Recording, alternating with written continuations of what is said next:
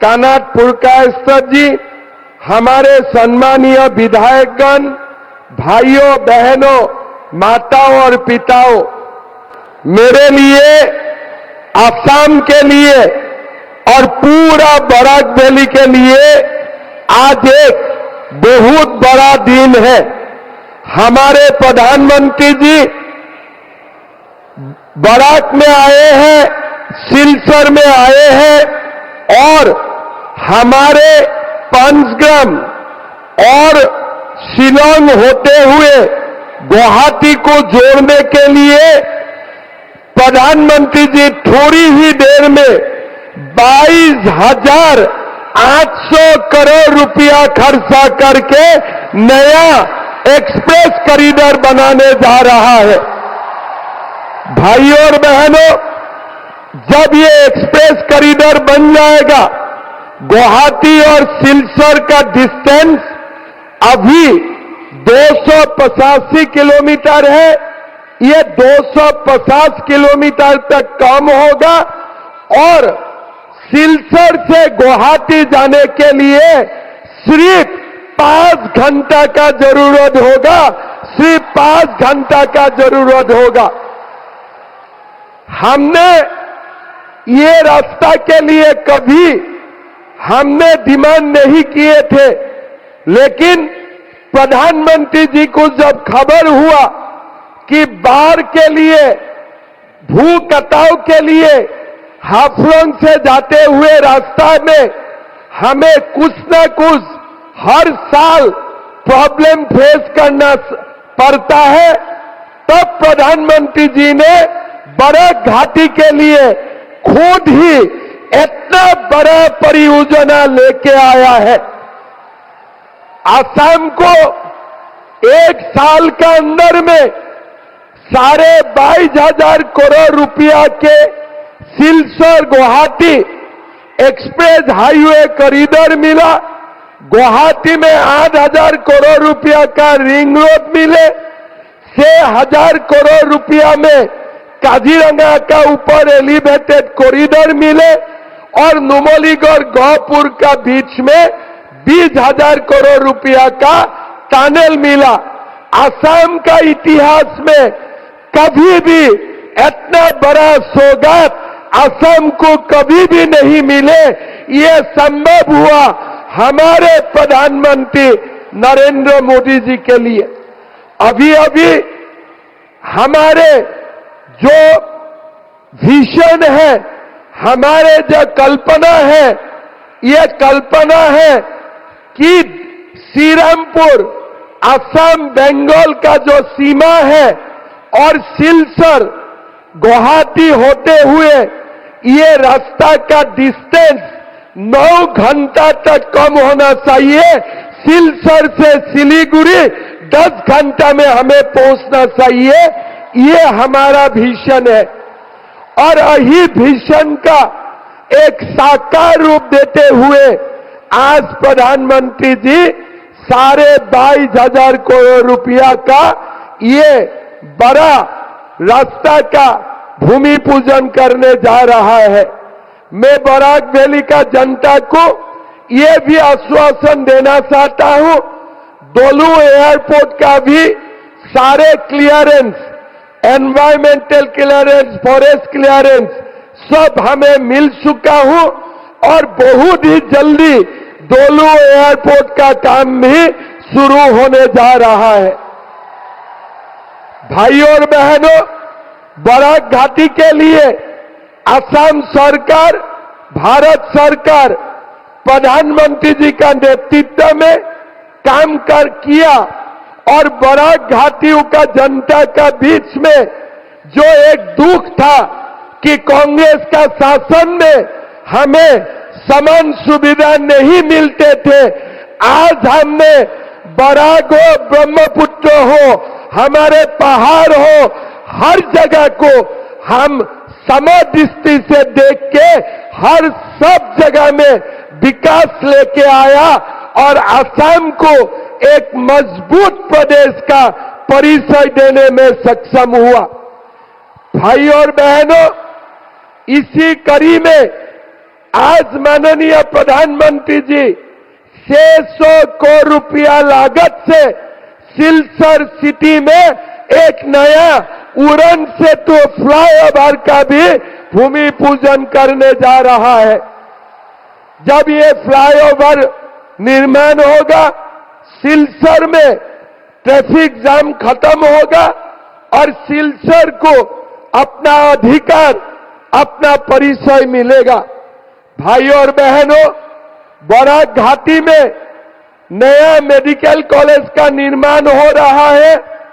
Silchar medical college में super speciality block बन रहा है और इसी कड़ी को आगे बढ़ाते हुए आज प्रधानमंत्री जी हमारे श्रीभूमि जिले के पथारकंडी में एक नया एग्रीकल्चर कॉलेज का भी भूमि पूजन करने जा रहा है।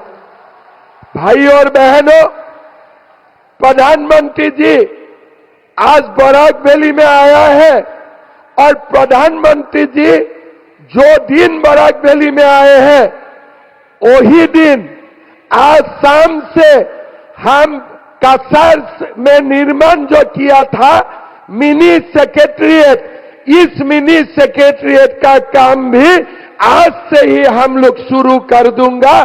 बराक घाटियों का जनता के लिए हम सरकार को दिसपुर से सिलचर लेके आएंगे। भाइयों और बहनों, ये असम के लिए एक स्वर्णिम काल है। काल भी प्रधानमंत्री जी ने हमारे चाय बागान का मजदूरों को 200 साल बाद भूमि का अधिकार देने का काम किया। बराक घाटी का चाय बागानों में भी हमारे श्रमिकों को अभी माटी का पट्टा मिलेगा, भूमि का अधिकार मिलेंगे। हमारे असम में गरीबी से जूझने का काम हो या विकास का गंगा लाने का काम हो या असम को एक शांति का माहौल में उद्योगीकरण का रास्ता में आगे ले जाने का काम हो, प्रधानमंत्री जी का नेतृत्व में हम एक बड़ा बुनियाद निर्माण किया।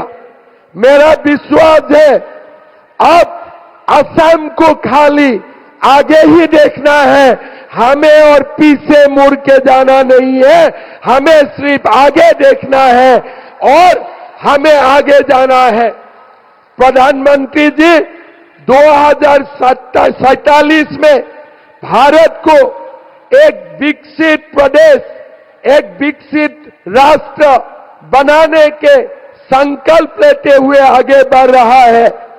हम असम का ओर से हमारा चेष्टा होगा, जब भारत विकसित होगा हमारे असम भी एक मजबूत प्रदेश होकर उभरेगा।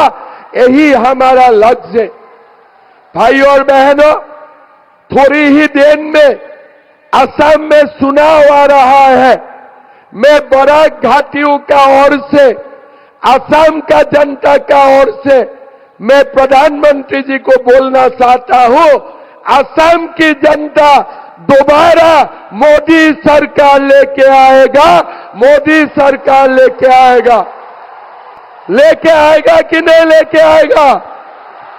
मोदी सरकार लेके आएगा कि नहीं लेके आएगा? बीजेपी सरकार लेके आएगा कि नहीं आएगा? बीजेपी जीतेगा कि नहीं जीतेगा? पक्का बोलो, बीजेपी जीतेगा कि नहीं जीतेगा? जोर से बोलिए, जीतेगा कि नहीं जीतेगा? तब मेरा साथ बोलिए, भारत माता की, भारत माता की, नरेंद्र मोदी, नरेंद्र मोदी। बहुत बहुत धन्यवाद। जय हिंद, वंदे मातरम। आपका कुशल नेतृत्व असम के नवनिर्माण में एक शक्तिशाली एवं सुदृढ़ आधार है। धन्यवाद महोदय। देवी और सज्जनों, सिलचर के औद्योगिक और विकसित परिदृश्य को एक नई दिशा प्रदान करने हेतु अब मैं विनम्र निवेदन करती हूँ माननीय प्रधानमंत्री जी से कि वे अपने पावन कर कमलों द्वारा आभासी रूप से 3 महत्वपूर्ण परियोजनाओं का भूमि पूजन करने की कृपा करें। पहली परियोजना NHIDCL द्वारा निर्माण की जाने वाली Silchar Shillong high speed corridor.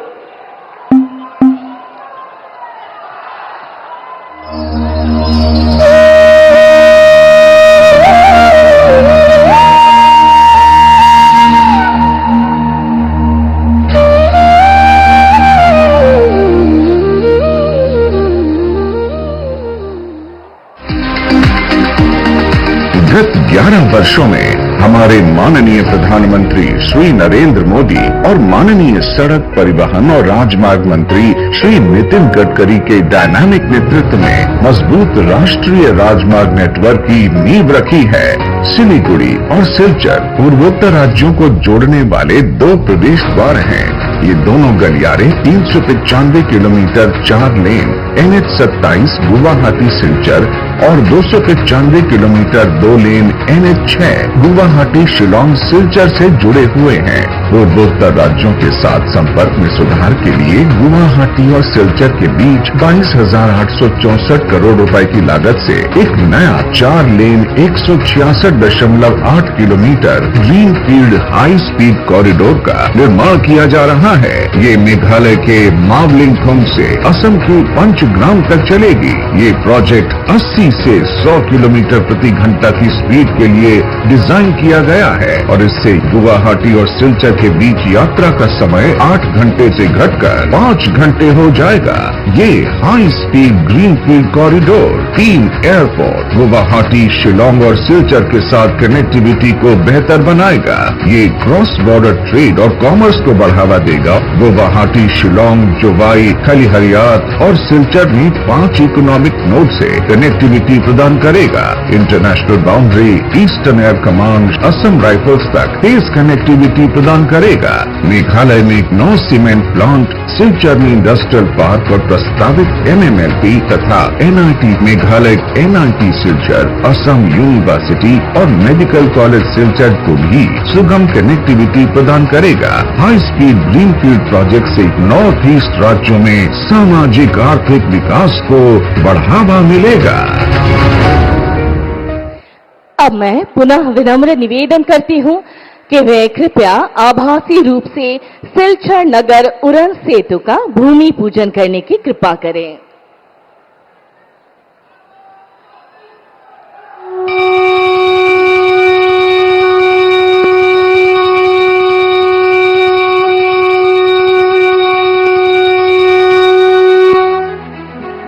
Silchar Barack valley का दिल, दक्षिण असम का सबसे बड़ा शहरी केंद्र, मिजोरम, मणिपुर और त्रिपुरा से आने जाने वाले हजारों लोगों के लिए सिलचर रोजाना एक जरूरी रास्ता बन चुका है। यहाँ की शिक्षा संस्थान, स्वास्थ्य सुविधाएं और तेजी से बढ़ता व्यापार इस शहर को दक्षिण असम की प्रगति का एक मजबूत केंद्र बनाते हैं। आज जब भारत प्रधानमंत्री श्री नरेंद्र मोदी जी के दूरदर्शी नेतृत्व में इंफ्रास्ट्रक्चर को विकास की सबसे मजबूत नींव बना रहा है, तब असम भी इसी दृष्टिकोण को अपनाते हुए अपने शहरों को आधुनिक और बेहतर कनेक्टिविटी से जोड़ने की दिशा में तेजी से आगे बढ़ रहा है। इसी बढ़ते हुए विकास और भविष्य की जरूरत को समझते हुए असम सरकार ने सिलचर के लिए एक महत्वपूर्ण कदम उठाया है। NH 306 पर कैपिटल पॉइंट से रंगिर खारी तक एक आधुनिक एलिवेटेड कॉरिडोर का निर्माण। ये एलिवेटेड कॉरिडोर सिलचर के सबसे महत्वपूर्ण ट्रैफिक कॉरिडोर को एक नई दिशा देने वाला है। इस महत्वाकांक्षी परियोजना की कुछ प्रमुख विशेषताएं भी उतनी ही प्रभावशाली हैं। 564.50 करोड़ रुपए की लागत से बनने वाला ये एलिवेटेड कॉरिडोर 3.4 किलोमीटर लंबा होगा। इसके साथ ही 6.9 किलोमीटर लंबी सर्विस रोड्स भी विकसित की जाएंगी। सिलचर का ये एलिवेटेड कॉरिडोर सिर्फ एक फ्लाईओवर नहीं, बल्कि बराक वैली के भविष्य को और मजबूत कनेक्टिविटी और नए अवसरों से जोड़ने वाला एक महत्वपूर्ण कदम है। प्रधानमंत्री नरेंद्र मोदी जी के नेतृत्व में इंफ्रास्ट्रक्चर को राष्ट्र निर्माण का सबसे बड़ा आधार बनाया जा रहा है। और असम डॉक्टर हिमंत बिस्वा शर्मा के नेतृत्व में इसी दृष्टिकोण को धरातल पर साकार कर रहा है। यही है तेजी से आगे बढ़ते हुए नए असम की नई रफ्तार। जय असम, जय हिंद। और अब आभासी भूमि पूजन करने के लिए विनम्र आग्रह करती हूं पाथरकांदी कृषि महाविद्यालय का।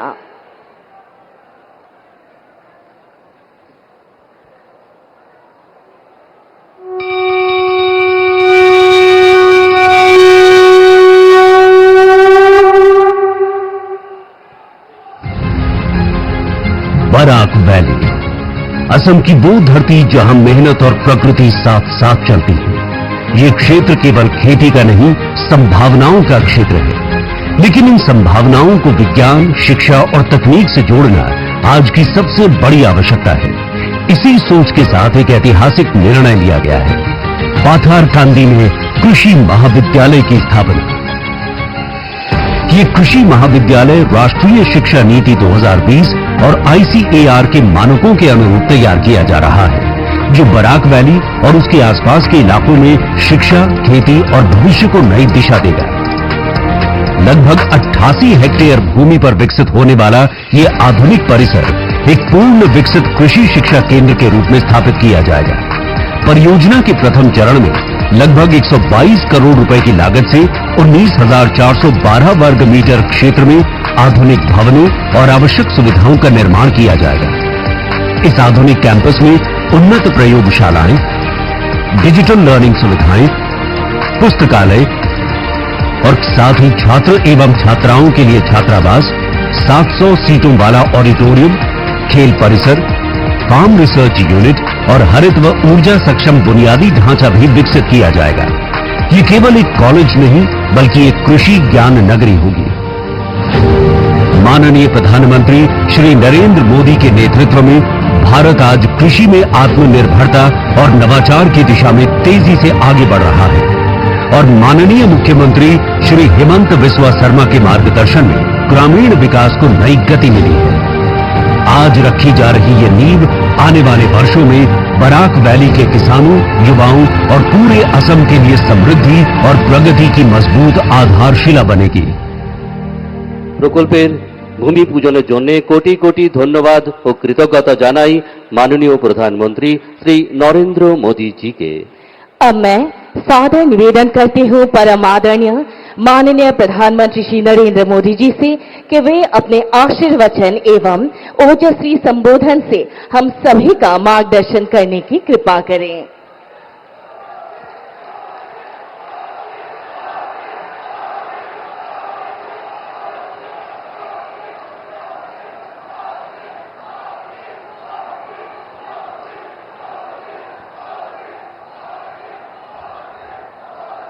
भारत माता की, भारत माता की, भारत माता की। प्राणोप्रिय बोराक उपत्यकार, सम्मानित नागरिक वृंद, आपनादेर সবাইকে আমার প্রণাম জানাই।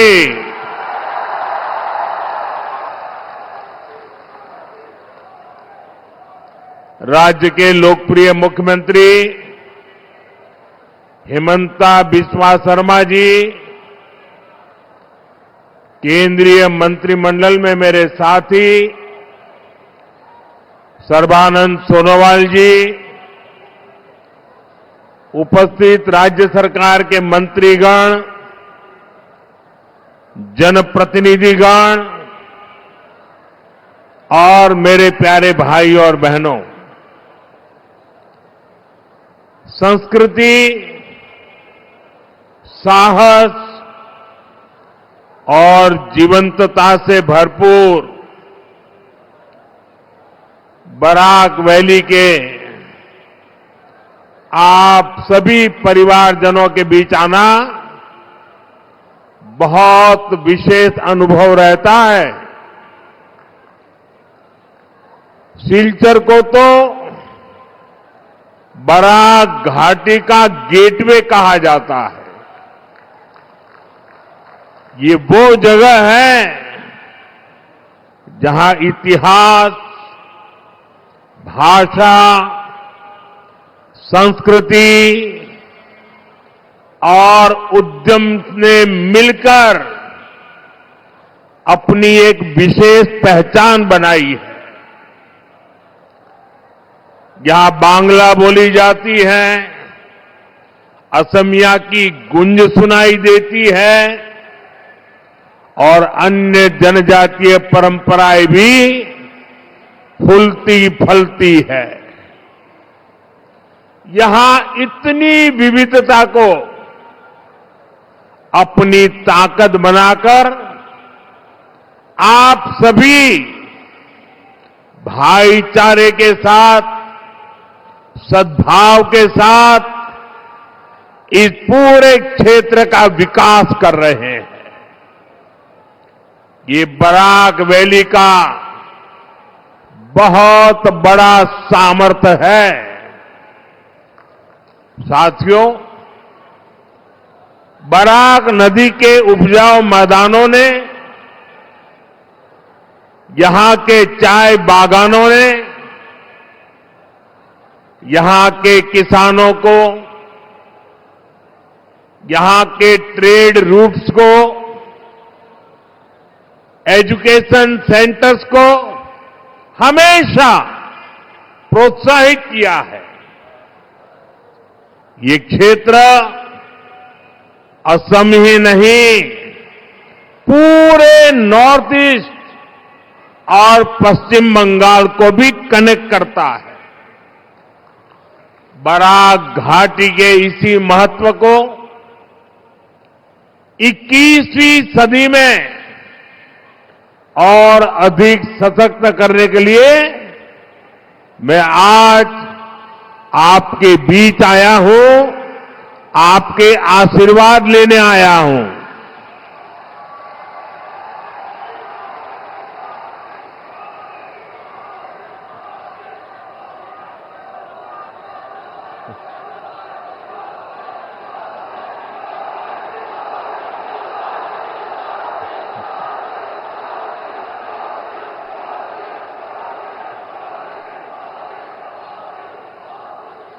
थोड़ी देर पहले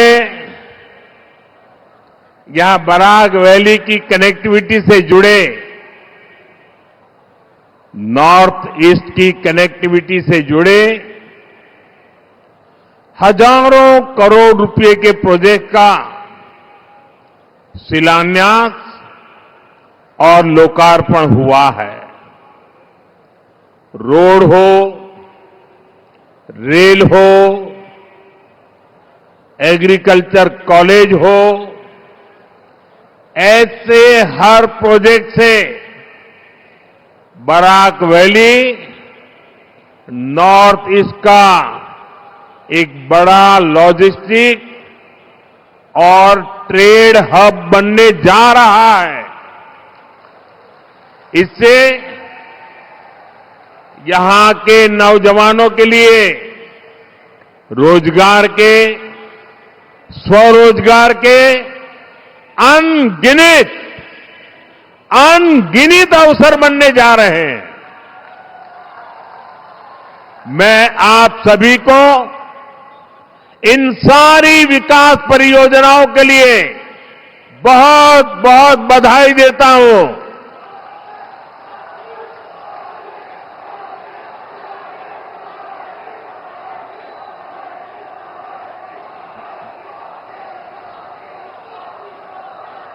साथियों, आजादी के अनेक दशकों तक कांग्रेस की सरकारों ने नॉर्थ ईस्ट को दिल्ली से और दिल से, दोनों से ही दूर रखा। कांग्रेस ने नॉर्थ ईस्ट को एक प्रकार से भुला दिया था, लेकिन बीजेपी की डबल इंजन सरकार ने नॉर्थ ईस्ट को ऐसे कनेक्ट किया है कि आज हर तरफ इसकी चर्चा है। आज नॉर्थ ईस्ट भारत की एक्ट ईस्ट पॉलिसी का केंद्र है। दक्षिण पूर्व एशिया के साथ भारत को जोड़ने वाला सेतु बन रहा है। लेकिन साथियों, जैसे कांग्रेस ने नॉर्थ ईस्ट को अपने हाल पर छोड़ दिया था, ठीक वैसे ही बराक वैली को भी बेहाल करने में कांग्रेस की बहुत बड़ी भूमिका रही है। जब देश आजाद हुआ तो कांग्रेस ने ऐसी बाउंड्री खींचने दी जिसे बराक घाटी का समंदर से संपर्क ही कट गया। जो बराक वैली कभी ट्रेड रूट के रूप में, एक औद्योगिक केंद्र के रूप में जानी जाती थी, उस बराक वैली से उसकी ताकत ही छीन ली गई। आजादी के बाद भी दशकों तक कांग्रेस की सरकारें रही, लेकिन बराक घाटी के विकास के लिए कुछ खास नहीं हुआ। साथियों, बीजेपी की डबल इंजन सरकार इस स्थिति को बदल रही है। हम बराक घाटी को फिर से व्यापार कारोबार का बड़ा हब बनाने के लिए निरंतर काम कर रहे हैं।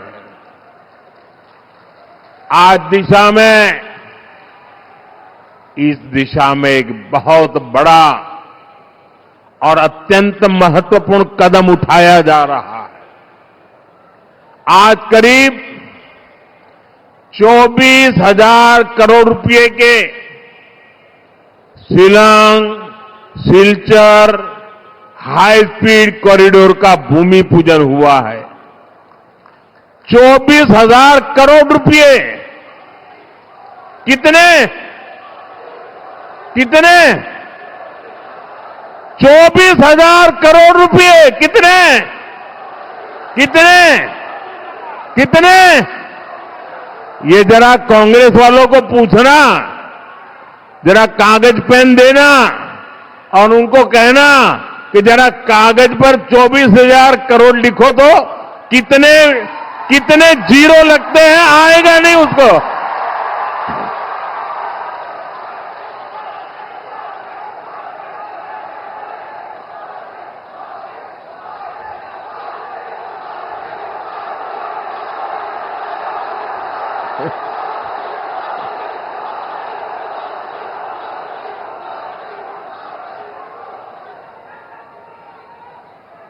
ये कांग्रेस वालों के दिमाग का ताला जहां बंद हो जाता है ना, वहां हमारा काम शुरू हो जाता है।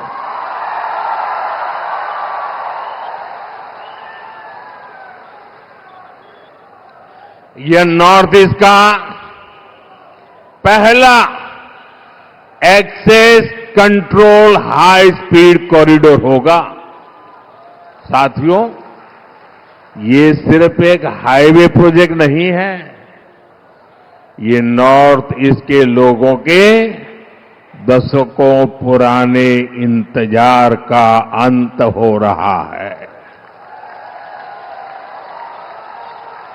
इस कॉरिडोर से सिलचर, मिजोरम, मणिपुर और त्रिपुरा, ये सब राज्य कनेक्ट होने वाले हैं। इन तीनों राज्यों से आगे बांग्लादेश और म्यांमार है। और फिर आगे दक्षिण पूर्व एशिया का विशाल बाजार है, यानी बराक घाटी एक बहुत उज्जवल भविष्य की तरफ जुड़ने का आज शिलान्यास कर रही है।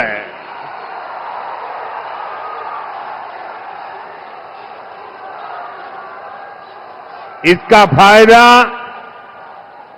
असम सहित पूरे नॉर्थ ईस्ट के किसानों को होगा, यहां के नौजवानों का होगा। इतनी अच्छी कनेक्टिविटी वाले ये सारा क्षेत्र बनने से इस पूरे क्षेत्र में इंडस्ट्री को बल मिलेगा, टूरिज्म को फायदा होगा और सबसे बड़ी बात, हिंदुस्तान का कोना कोना आसानी से आप सबको से जुड़ जाने वाला है।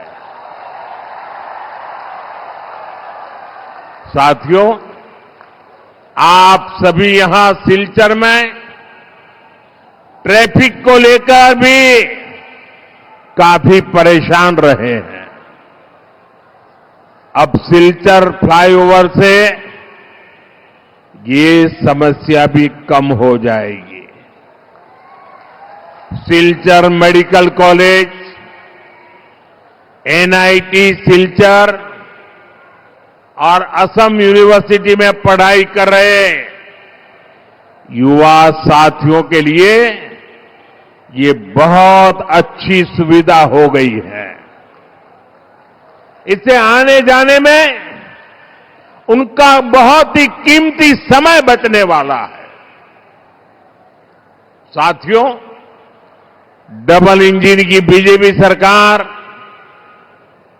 असम की रेल कनेक्टिविटी पर भी बहुत अधिक काम कर रही है। खासतौर पर रेलवे का विद्युतीकरण हमारी बहुत बड़ी प्राथमिकता रहा है। अब असम का 2500 किलोमीटर से अधिक का रेल नेटवर्क अब इलेक्ट्रीफाई हो चुका है। अब यहां भी तेज गति से ट्रेनें चल पाएगी। इससे बराक वैली के स्वच्छ वातावरण को भी फायदा मिलेगा। साथियों, बराक वैली के किसानों और यहां के चाय बागानों में काम करने वाले श्रमिकों का असम के विकास में बहुत बड़ा योगदान है। डबल इंजन सरकार किसानों के कल्याण के लिए निरंतर कदम उठा रही है। कल ही गुवाहाटी से मैंने पीएम किसान सम्मान निधि की अगली किस्त जारी की है। अब तक पीएम किसान सम्मान निधि का देश के किसानों को लाखों करोड़ रुपया और अकेले हमारे असम के किसानों को 20,000 करोड़ रुपए से ज्यादा पैसा असम के किसानों को मिल चुका है। अब आप सोचिए, हमने 10 साल में यहां के किसानों की जेब में 20,000 करोड़ रुपया उनके जेब में दिया है। ये कांग्रेस वालों ने 10 साल राज किया। प्रधानमंत्री तो असम से चुन करके गए थे, उसके बावजूद भी एक फूटी कोड़ी नहीं दी, एक फूटी कोड़ी किसानों को नहीं दी। हमने 20,000 करोड़ रुपया दिया है।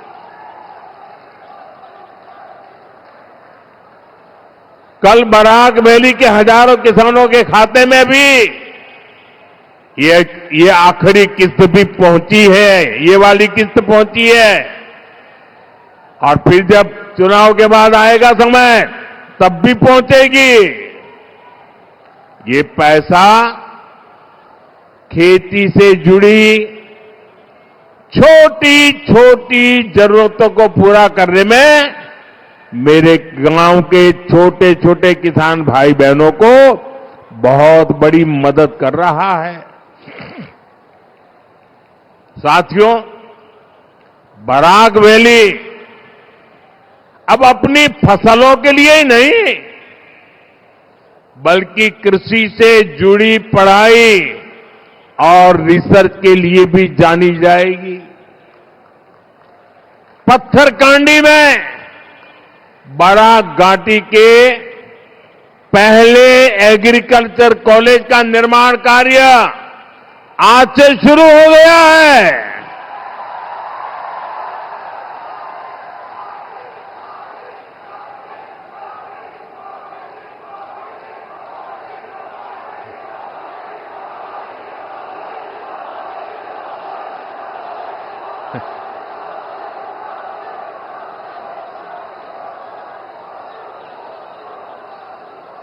इससे किसानों को तो फायदा होगा ही, यहां के नौजवानों को कृषि स्टार्टअप के लिए सहयोग, समर्थन और प्रोत्साहन मिलेगा। साथियों, भाजपा का मंत्र है, जो विकास की दौड़ में पीछे रह गया उसे प्राथमिकता देना। कांग्रेस की सरकारें बॉर्डर एरिया को देश के अंतिम गांव मानती थी। हम बॉर्डर के गांवों को देश के पहले गांव मानते हैं और इसलिए बॉर्डर एरिया के विकास के लिए कछार जिले से ही वाइब्रेंट विलेज प्रोग्राम का अगला चरण शुरू किया था। इसे बराक वैली के अनेक गांवों में भी सुधार होना तय हो गया है। साथियों, यहां बड़ी संख्या में चाय बागानों में कार्य करने वाले साथी भी हैं। असम सरकार ने चाय बागानों से जुड़े हजारों परिवारों को उनकी जमीन का अधिकार देने का ऐतिहासिक काम किया है। वो इन परिवारों के भविष्य को बदलने की एक बड़ी शुरुआत है। जमीन के पट्टे मिलने से इन परिवारों को सुरक्षा मिली है, उन्हें सम्मान का जीवन मिलना सुनिश्चित हुआ है। साथियों, आप जरा वहां से दूर रहिए, अब जगह नहीं है, आगे नहीं आ सकते हैं। देखिए, वहां से जरा दूर रहिए उनको, अब आगे नहीं आ सकते भैया। अरे हमारे असम के भाई बहन तो बड़े समझदार हैं। आपका ये प्यार, आपका आशीर्वाद, ये इतनी बड़ी ताकत है। कृपा करके आप साथियों, मैं हेमंता जी की सरकार को बधाई देता हूं। चाय बागानों में करीब 200 सालों से सेवा दे रही अनेक पीढ़ियों के संघर्ष को आपने आज सम्मान दिया है।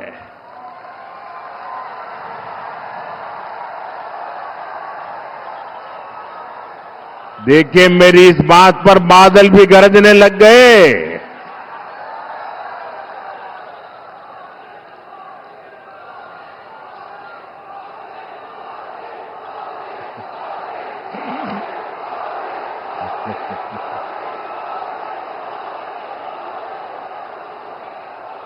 मुझे खुशी है जिनको पहले की सरकारों ने अपने हाल पर छोड़ दिया था, उनकी सूद बीजेपी सरकार ने ली है। साथियों, ये सिर्फ भूमि पर कानूनी अधिकार का ही मामला नहीं है। इससे ये लाखों परिवार केंद्र और राज्य सरकार की अनेक कल्याणकारी योजनाओं से भी तेजी से जुड़ेगी। पक्के घर की योजना हो, बिजली, पानी और गैस की योजनाएं हो, इन सब स्कीम्स का पूरा फायदा अब इन परिवारों को मिलना संभव होगा। साथियों, बीते सालों में बीजेपी सरकार ने चाय बागानों में अनेक स्कूल खोले हैं, बच्चों को स्कॉलरशिप दिए हैं, सरकारी नौकरियों के लिए भी रास्ते खोले गए हैं। ऐसे प्रयासों से चाय बागानों के युवाओं के लिए सुनहरे भविष्य के द्वार खुल रहे हैं। साथियों, बीजेपी की डबल इंजन सरकार के लिए शिक्षा, कौशल विकास और स्वास्थ्य सुविधाएं बहुत बड़ी प्राथमिकताएं रही है। असम ने तो शिक्षा और स्वास्थ्य को लेकर कांग्रेस की उपेक्षा को बहुत लंबे समय तक भुगता है। आज असम शिक्षा और स्वास्थ्य का बहुत बड़ा हब बनकर सामने आ रहा। इसका बहुत अधिक फायदा बराक वैली को मिला है। आज यहां शिक्षा और स्वास्थ्य से जुड़े अनेक बड़े संस्थान बन चुके हैं। साथियों, कांग्रेस ने असम के युवाओं को सिर्फ हिंसा और आतंकवाद के कुचक्र में ही उलझाए रखा था। कांग्रेस ने असम को फूट डालो और राज करो की नीति की प्रयोगशाला बनाया। आज असम के युवाओं के सामने अवसरों का खुला आसमान है। आज असम भारत के सेमीकंडक्टर सेक्टर का अहम हिस्सा बन रहा है।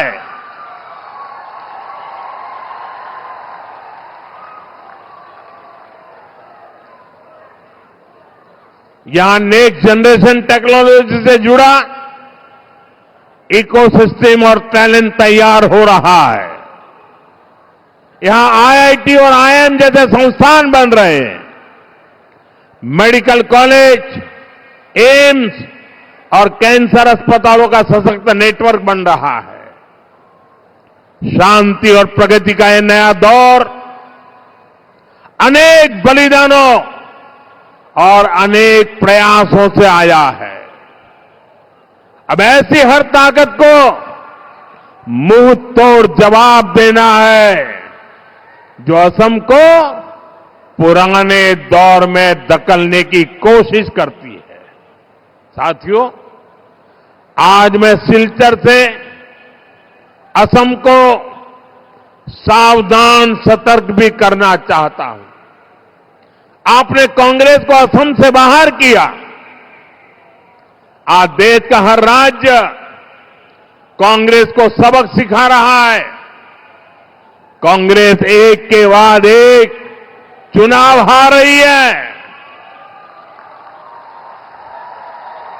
अब निकट भविष्य में कांग्रेस खुद के पराजय के इतिहास की सेंचुरी मारने वाला है।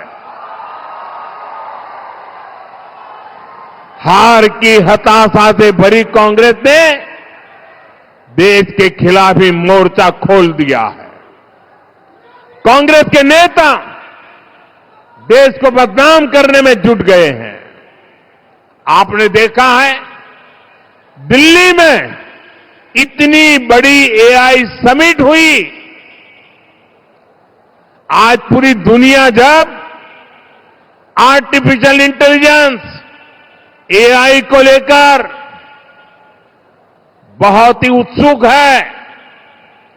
दिल्ली में सफलतापूर्वक विश्व की एक नई आशा पैदा करने वाला एआई समिट हुआ।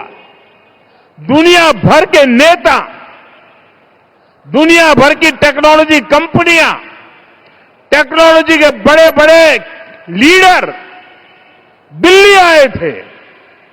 कांग्रेस ने इस समिट को बदनाम करने के लिए कपड़ा फाड़ प्रदर्शन किया। अब कांग्रेस के पास खुद के कपड़े फाड़ने के सिवाय कुछ नहीं बचा है।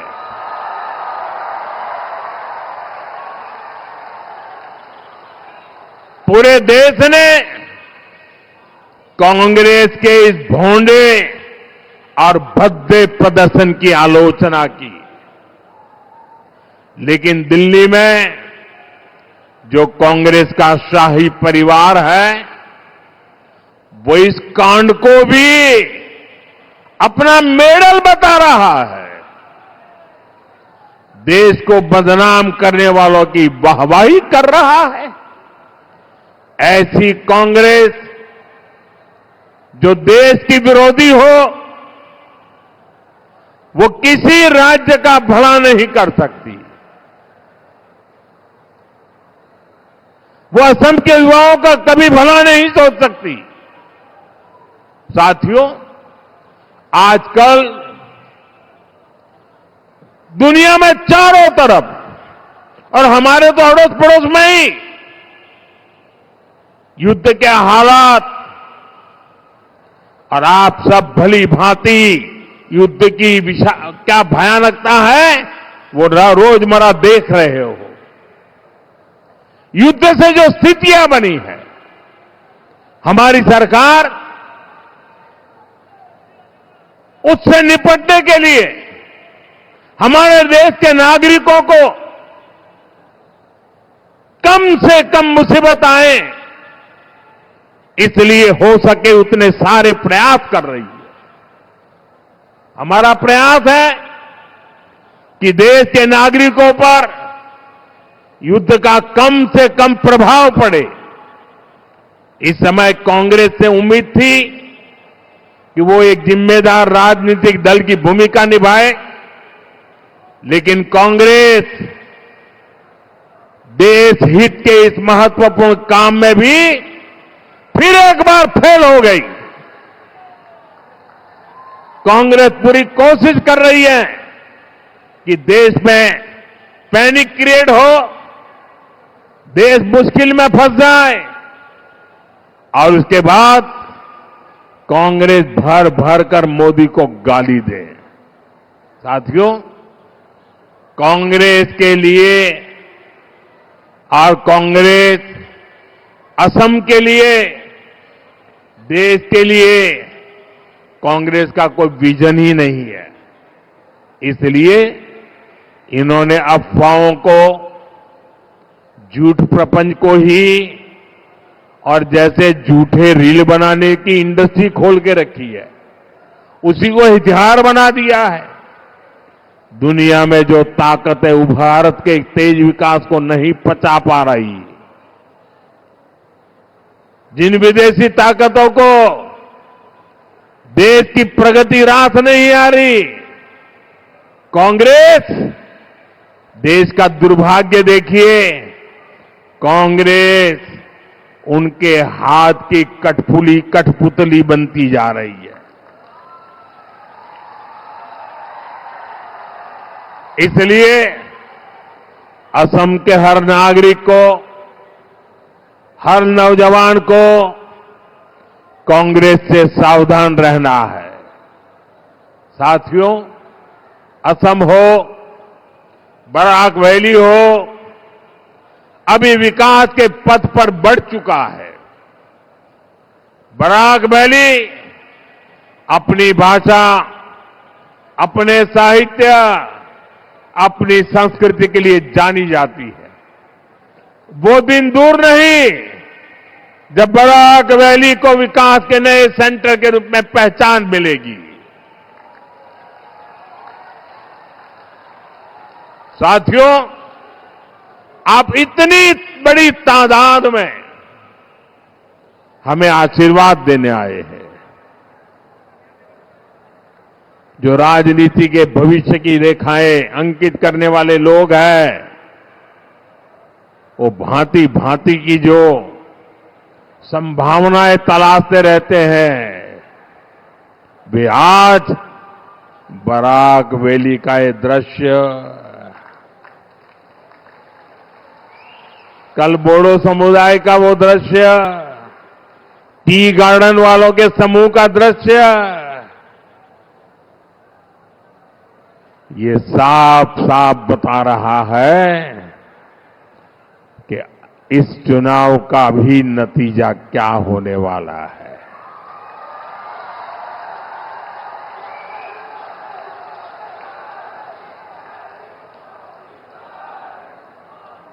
और आप इतनी बड़ी तादाद में आशीर्वाद देने के लिए आए हैं, मैं आपका हृदय से आभार व्यक्त करता हूं और आप सभी को फिर से विकास परियोजना की बहुत बहुत बधाई देता हूं। मेरे साथ बोले भारत माता की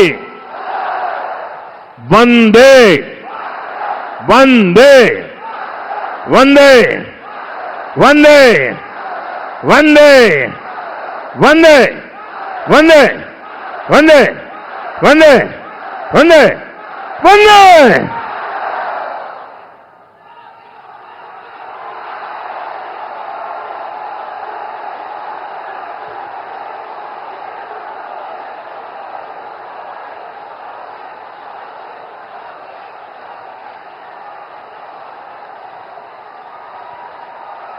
धन्यवाद माननीय प्रधानमंत्री जी।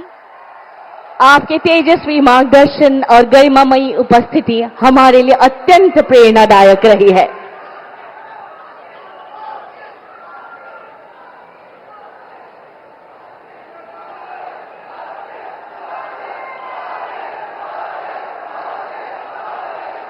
आपके इन मूल्यवान विचारों ने न केवल इस अवसर को एक ऐतिहासिक गौरव प्रदान किया है, बल्कि विकसित भारत के दृढ़ संकल्प को एक नई ऊर्जा और दिशा भी दी।